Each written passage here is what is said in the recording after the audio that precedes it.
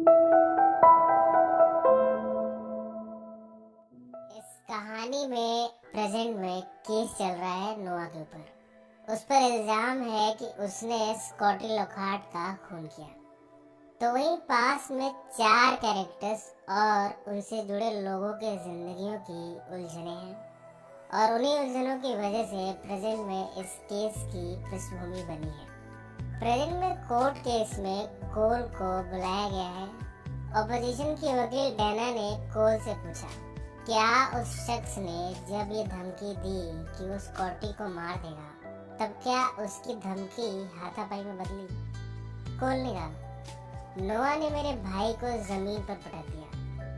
वो लगातार उसकी पिटाई करता रहा। फिर वो स्कॉटी का गला दबाने लगा। वो सांस नहीं ले पा रहा था। अगर मैं बीच में नहीं पड़ता तो पता नहीं क्या होता। डैना ने पूछा, क्या आपको अपने भाई को खो देने का डर था? कोल ने इसका जवाब हाँ में दिया। डैना ने आगे भी पूछा, स्कॉटी ने नोआ की बेटी को प्रेग्नेंट किया। क्या आपके हिसाब से ये कारण हो सकता है आपके भाई के मारे जाने का? इससे पहले कि कोल इस सवाल का जवाब देता, जॉन ने डैना के इस सवाल पर ऑब्जेक्शन किया। अब सवाल पूछने की बारी उसकी है। उसने कहा, मुझे आपसे बस एक सवाल पूछना है, क्या आपको नोआ से नफरत है? कोल ने कहा, ये कैसा सवाल है? जॉन ने आगे भी कहा, आप ज्यूरी के सामने देखिए और कहिए कि जब आप नोआ को देखते हैं तब आपको कैसा लगता है? नोआ जिसने आपकी बीवी को आपसे छीन लिया, वो नोआ जिसने अपने उपन्यास में आपका और आपके पूरे परिवार का नाम मिट्टी में मिला दिया। आपको ये नहीं लगता कि ये मुकदमा एक सुनहरा अवसर है नोआ को उसके किए की सजा दिलाने के लिए, फिर चाहे उसने स्कॉटी को मारा हो या नहीं? जॉन इस समय इतना हावी हो गया था कि जज को खुद ही उसे रोकना पड़ा। जॉन ने कहा, बस अब मेरा कोई सवाल नहीं है। कोल ने जवाब में सिर्फ इतना ही कहा, नोआ ने मेरी पत्नी से रिश्ता नहीं बनाया बल्कि मेरी पूर्व पत्नी से रिश्ता बनाया है। इसके आगे उसे बोलने ही नहीं दिया गया। यहाँ एलिसन भी मौजूद है। वो इंतजार कर रही है इस केस के फैसले का। कहानी अब पास्ट में जा रही है। पहले हिस्से में कोल की कहानी बयां होगी। कोल लुइजा को अपने साथ लेकर जा रहा है अपनी माँ से मिलाने। बात अब शादी की हो रही है। लुइजा नर्वस है। उसने कोल से कहा, अगर तुम्हारी माँ ने मुझे एक्सेप्ट नहीं किया तो? कोल ने कहा, वो मुझे एक्सेप्ट नहीं कर पाती तो तुम्हें क्या करेंगी? इस समय उसके चेहरे पर मुस्कान थी। उसने लुइजा को कुछ टिप्स दिए हैं। सबसे पहले तो तुम जाकर जूते उतार देना, फिर वो तुम्हें नींबू पानी देंगी जो कि बेस्वाद होगा। उसमें वो चीनी बहुत कम डालती हैं, पर तुम मुंह मत बनाना। इस समय लुइजा हंसते हुए कोल को सुनते जा रही थी। इसके बाद वो कहेंगी, हम पर शाप है, तुम बस उनको सुनते जाना, सब ठीक ही होगा। रास्ते में एक होटल में रुके हैं। यहाँ एक ही बिस्तर पर लेटे ये आगे की प्लानिंग कर रहे हैं। लुइजा ने कहा, मैं आगे चलकर अपना खुद का रेस्टोरेंट खोलना चाहती हूँ ताकि मुझे किसी की न सुननी पड़े। जैसे वो रूम से बाहर निकली, यहाँ कोल की माँ चेरी लॉकहार्ट दिखी। वो एक हाउसकीपिंग के तौर पर यहाँ काम कर रही है। कोल को तो पता भी नहीं था कि उसकी माँ यहाँ काम करती है। उसने लुइजा से उनको मिलाया, पर थोड़ी देर में उसकी आंखों में भावुकता के भाव थे। अपनी माँ को हाउसकीपिंग का काम करते हुए देखकर वो इमोशनल हो गए हैं। आज शाम को तीनों एक साथ बैठे हैं। चेरी ने अपने परिवार की कुछ पुरानी तस्वीरें दिखाई। इसमें कोल के दादा साइलस हैं, उसके पिता हैं। लुइजा ने इन फोटोज को देखा। अब तक तो सब ठीक चल रहा था। अभी जाने को ही थे कि स्कॉटी आ गया। चेरी तो उसे यहाँ से भेज देना चाहती है, पता नहीं वो क्या वक्त दे। कोल की एक ही खुशी है लुइजा, कहीं रिश्ता भी टूट न जाए। वो स्कॉटी को रोकने में लग गई, पर स्कॉटी नहीं माना। उसने कहा, मैंने ऑस्कर के रेस्टोरेंट लॉबस्टर रोल को खरीदने की पूरी प्लानिंग कर ली है, पैसे अरेंज हो रहे हैं, मैंने अपना ट्रक और नाव बेच दी है, माँ ने भी हेल्प की, अपनी सारी कीमती चीजें बेच दी। इस समय स्कॉटी ने ज्यादा ही पी रखी है, वो लड़खड़ा रहा है। चेरी ने उसे संभालते हुए कहा, लाओ ग्लास मुझे दो, मैं बर्फ लाती हूँ। स्कॉटी ने अब कोल से कहा, मेरे पास $37,000 है। कोल ने कहा, तुम्हें पता है वो जगह करोड़ों में बिकेगी। इस पर स्कॉटी का कहना था, तो तुम यानी एक भाई किस दिन काम आया? तुम भी तो मजे करते रहते हो, तुम भी कुछ कर सकते हो। ये कहकर वो अपने कमरे में चला गया। अगले दिन रिश्ते की बात को लेकर एक घर में चेरी, कोल के सामने लुइजा और उसकी माँ मिरांडा बैठी हुई है। ये बातें कर ही रहे थे कि यहाँ मार्गारेट बटलर का आना हुआ। यहाँ हमें पता चलता है कि लुइजा से मार्गारेट की जान पहचान है। मिरांडा ने मार्गारेट से कोल और उसकी माँ को रूबरू कराया, पर मार्गारेट यहाँ भी अपनी आदत से बाज नहीं आई। उसने कहा, मैं चाहती हूँ कि शादी यहीं हो, मैं सारा पैसा दूंगी, शादी का पूरा खर्चा मेरी तरफ से।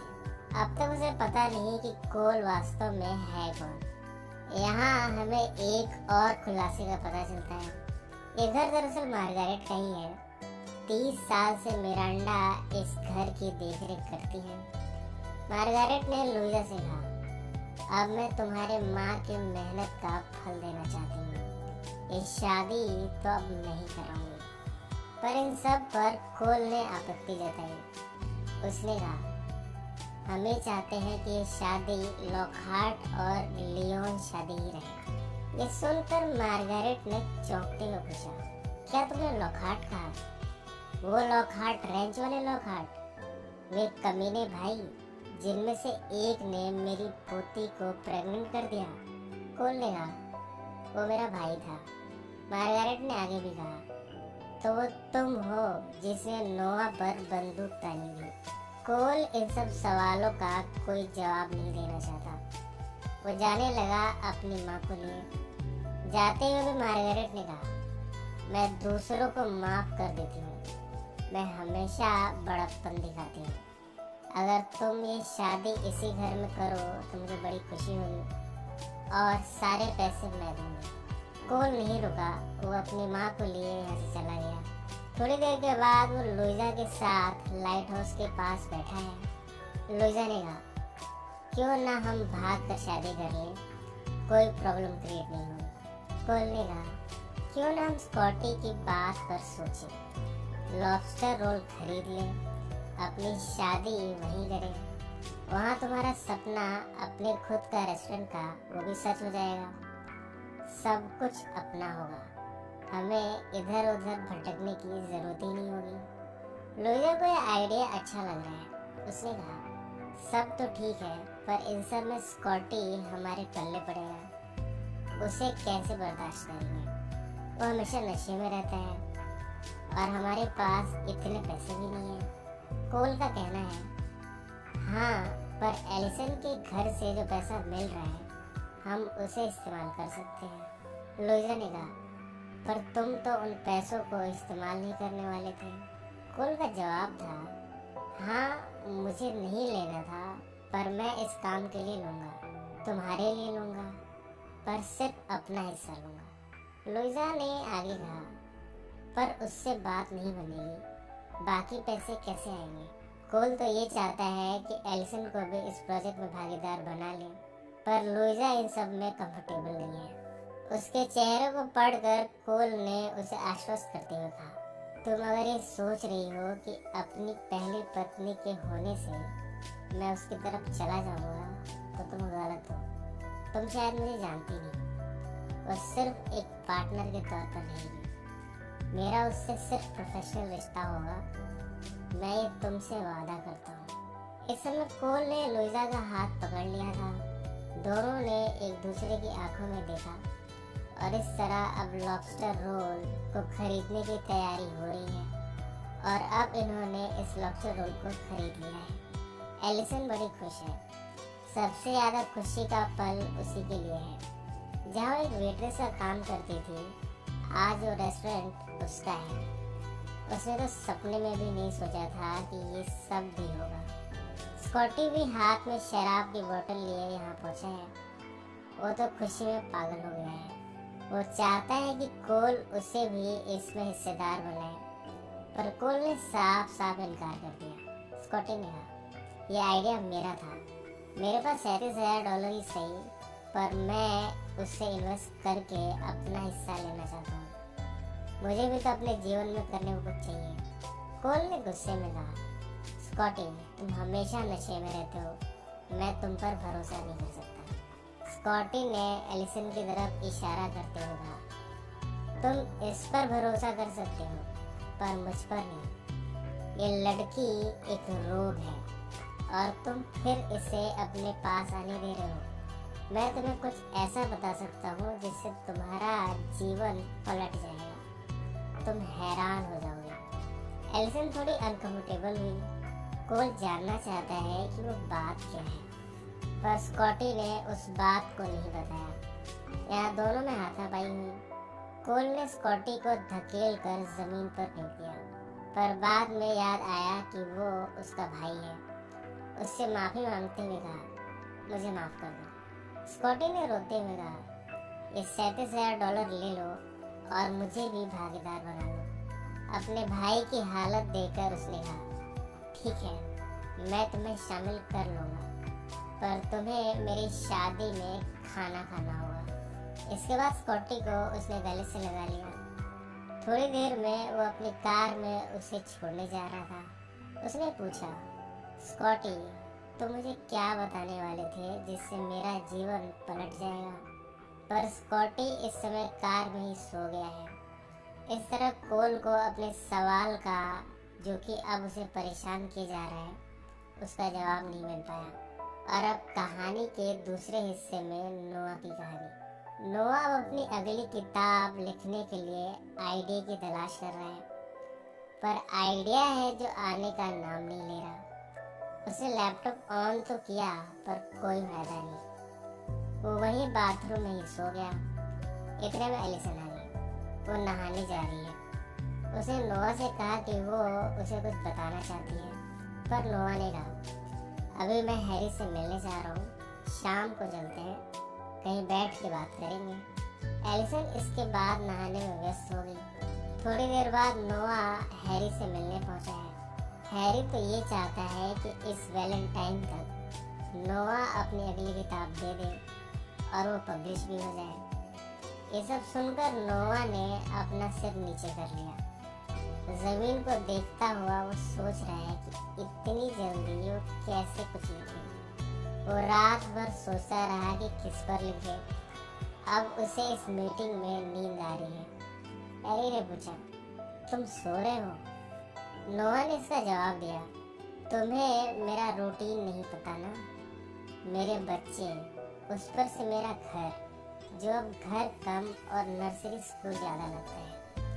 रात भर जोनी के रोने की आवाज़ आती है। इन सब में मैं कैसे डील कर रहा हूँ नहीं जानता हूँ। हैरी तो ये चाहता है कि कुछ टाइम नोआ अकेले में उसके एक दोस्त के यहाँ रह सकता है, तो नोआ ने कहा कि वो अपने बच्चों को कैसे छोड़ दे। फिर अगर वो जोनी से दूर रहेगा तो एलिसन को अच्छा नहीं लगेगा। ऐसे में इस आइडिया को ड्रॉप कर देना ही उचित है। हैरी ने आगे भी कहा, देखो, अब तक का सफ़र तुम्हारे साथ अच्छा था, पर अगर तुम चाहते हो कि साथ यही चलता रहे तो जल्दी कुछ लिखो। मुझे भी तुम्हारे अगले किताब की ज़रूरत है। तुम डिसेंट के बाद एसेंट क्यों नहीं लिख लेते? उसी कहानी को आगे बढ़ा सकते हो। फिलहाल नोआ ने इसका कोई जवाब नहीं दिया।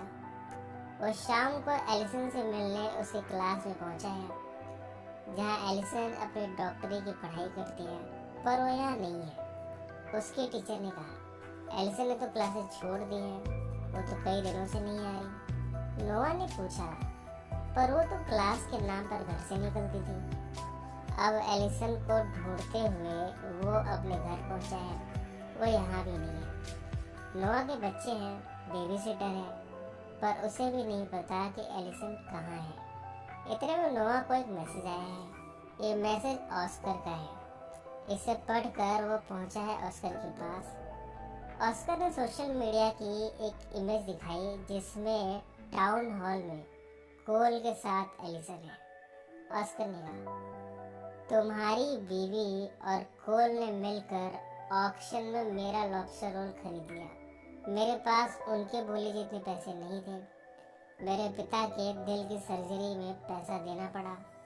तुम एक बात बताओ, उसे डाउन पेमेंट के लिए तुम दोनों के जॉइंट अकाउंट का चेक दिया होगा। तुम उस चेक को कैंसिल करवा दो। नोआ ने कहा, उसका और मेरा जॉइंट अकाउंट नहीं है। उसने अपने अकाउंट से पैसे दिए होंगे। ऑस्कर ने नोआ को एलिसन के खिलाफ भड़काने की कोशिश की। उसने कहा, तुम एक ट्रैवलर की तरह यहाँ आए, एलिसन को देखा, तुम्हें खूबसूरत लगी और तुमने उसे शादी कर ली। तुमने सोचा उसका दिल अच्छा है, पर उसका तो दिल ही नहीं है। वो सिर्फ नाटक करती है इमोशनल होने का। अब देखो, वो कोल के पास चली गई और तुम्हें बताया तक नहीं। इसके बाद नोआ पहुंचा मैक्स से मिलने उसके घर। उसने मैक्स से कहा, मैं एलिसन को ढूंढ रहा हूँ। उसे लॉबस्टर रोल खरीद लिया है अपने पूर्व पति कोल के साथ। कितनी अजीब बात है। मुझे उसे बताना ज़रूरी भी नहीं समझा। उसका फ़ोन भी नहीं लग रहा। मुझे समझ में नहीं आता कि वो ऐसा कैसे कर सकती है। ये सब सुनकर मैक्स मुस्कुराने लगा। उसने कहा, क्यों? तुमने भी तो किसी को छोड़ा था, अब उसने तुम्हें छोड़ दिया। इसमें चौंकने की क्या बात है? जब तुम छोटे थे तब कई बार मेरे घर के दरवाजे पर आते थे रोते हुए, अपनी परेशानियां लेकर आते थे। हम साथ में सब कुछ शेयर करते थे, करियर, दोस्ती, फ्यूचर प्लानिंग, सब कुछ। पर अब तो तुम बस अपना दुखड़ा सुनाने आ जाते हो। ये सब सुनकर नोआ बैठ गया, माफ़ी मांगी इतना स्वार्थी होने के लिए। बातों बातों में हेलेन का जिक्र हुआ।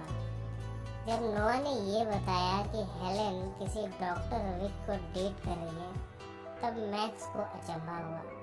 नोआ ने उसका चेहरा पढ़ लिया। उसने उसे गुस्से में कहा, तो तुम्हारा मेरी बीवी हेलेन से संबंध है?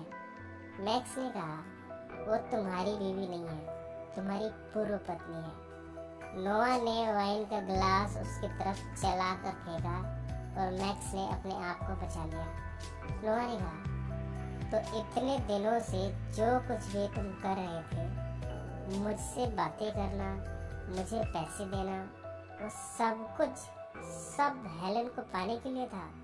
तुम इतने गिर सकते हो? मैक्स ने कहा, मैं बचपन से हेलेन से प्यार करता था और अब वो तुम्हारी नहीं है।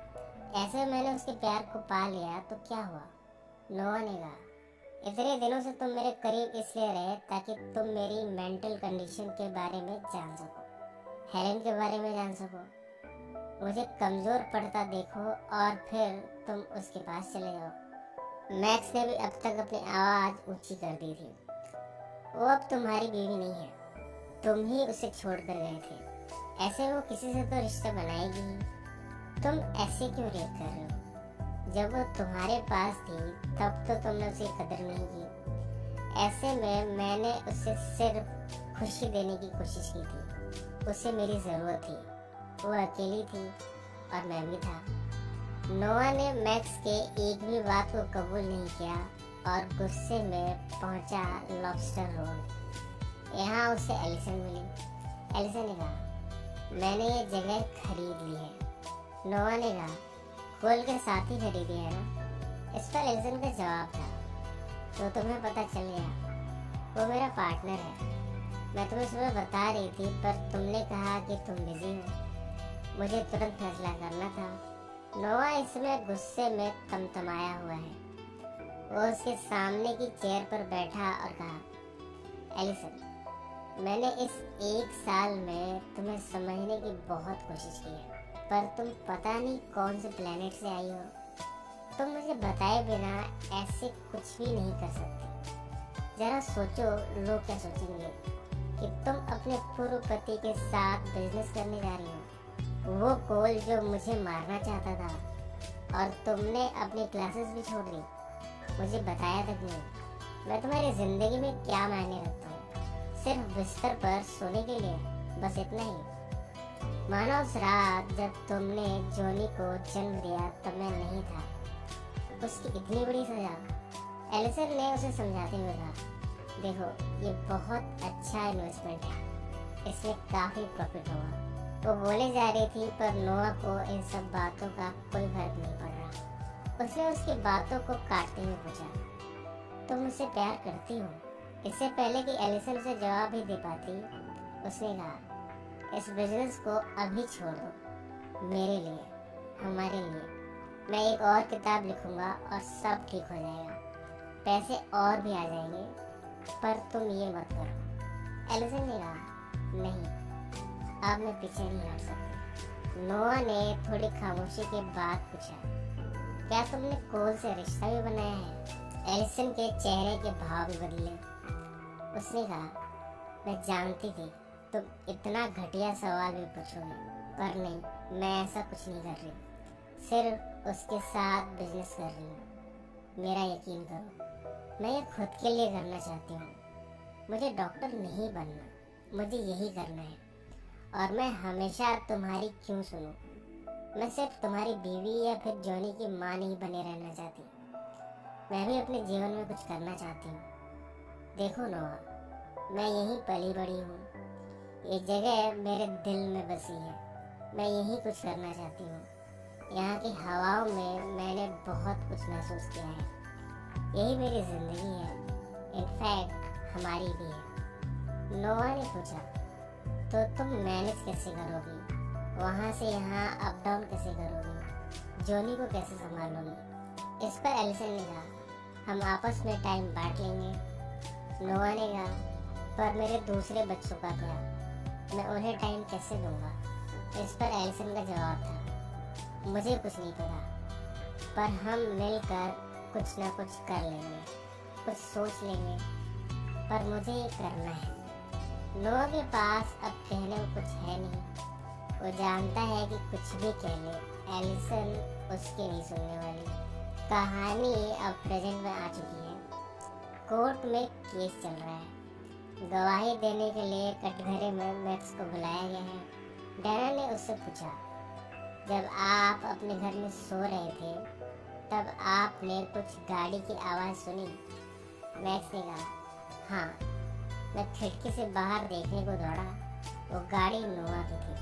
उस घर में मैं छुट्टियां बिताने जाता हूँ। नोआ को नहीं मालूम था कि उस समय मैं घर में था।